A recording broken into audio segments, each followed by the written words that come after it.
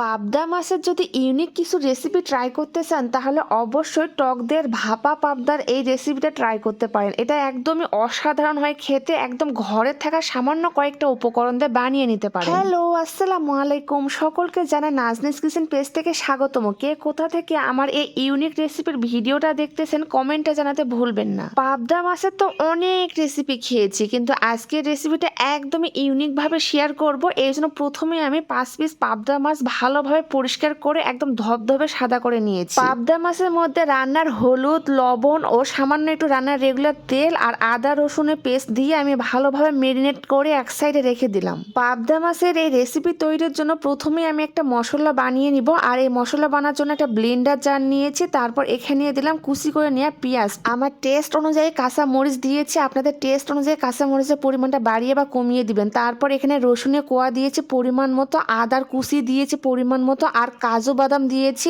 মোটামুটি 6 থেকে 7টা। এই পর্যায়ে ব্লেন্ডারে সবগুলো উপকরণ ভালোভাবে পেস্ট তৈরি করে একটা সার্ভিং ডিশের মধ্যে আমি রেখে এক সাইডে রেখে দিয়ে চলে গেলাম পরবর্তী স্টেপে। চুলার উপরে একটা ফ্রাই প্যান বসিয়ে দিয়েছি আর এখানে সর্ষের তেল দিয়ে দিলাম পরিমাণ মতো। আজকে পাবদা মাছ ভাজি করতে গিয়ে ছোট্ট একটা মিস্টেক করেছি, আর কি ভুল করেছি সেটা একদম ভিডিও শেষের দিকে বলবো। আমি প্রথমে মাছগুলোকে দুই সাইডে ব্রাউন কালার করে ভেজে এক সাইডে রেখে দিলাম। মাছ ভেজে নিয়ে ওই তেলের মধ্যে আমি একটু গরম মশলা দিয়ে দিলাম, সাদা ফল, দারচিনি ও তেজপাতা। আপনাদের পছন্দ মতো মশলার পরিমাণটা বুঝে বা বাড়িয়ে কমিয়ে দিবেন। তারপর এখানে আগে থেকে যে মশলার পেস্টটা তৈরি করে রেখেছিলাম সেই পেস্টটা দিয়ে দিলাম। পেঁয়াজ, কাজু বাদামের এই পেস্টটা দেওয়ার পর আমি অনবরত নেড়ে নেড়ে মশলাটাকে কষাই নিব। আর এই পর্যায়ে দিয়ে দিলাম রান্নার হলুদ ও টেস্ট অনুযায়ী লবণ। দেওয়ার পর আবারও মশলাটাকে কষিয়ে নিব আর সামান্য একটু পানি দিয়েছি যাতে তেলটা পুড়ে না যায়। মশলা যত ভালো কষানো হবে খেতে কিন্তু তত ভালো লাগবে। আমি প্রথমে ভালোভাবে মশলাটাকে কষিয়ে নিয়েছি আর তেলটা যখন উপরের দিকে উঠে এসেছে তখন এখানে